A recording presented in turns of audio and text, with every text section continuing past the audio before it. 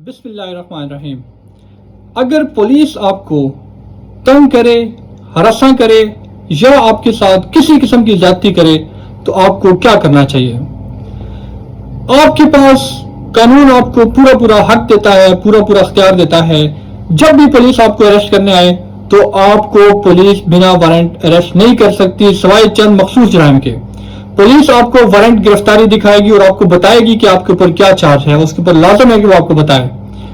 दूसरी बात, जब भी आप अंडर अरेस्ट हो तो आपको पूरा अख्तियार है कि आप अपने वकील के साथ बात करें और राब्ता करें और कानूनी कार्रवाई का उनको वकालतनामा दें।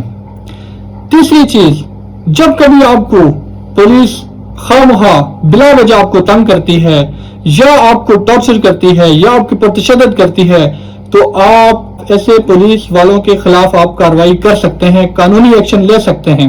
अपने हकूक को जाने, अपने राइट्स को जाने।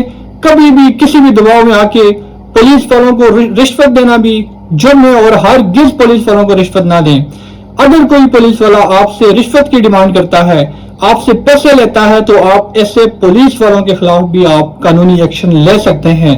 आप पुलिस के हाई ऑफिशियल्स को एप्लीकेशन दे सकते हैं, आप थ्रू कोर्ट्स आप इसके ऊपर अपनी रिड्रेसल करवा सकते हैं। लेकिन शर्त यह है कि अपने राइट्स को जाने, अपने हकूक को पहचाने और सोसाइटी में ऐसे अनासर के आगे कभी भी आपने नहीं झुकना। आपने हमेशा ऐसे लोगों के खिलाफ एक्शन लेना है।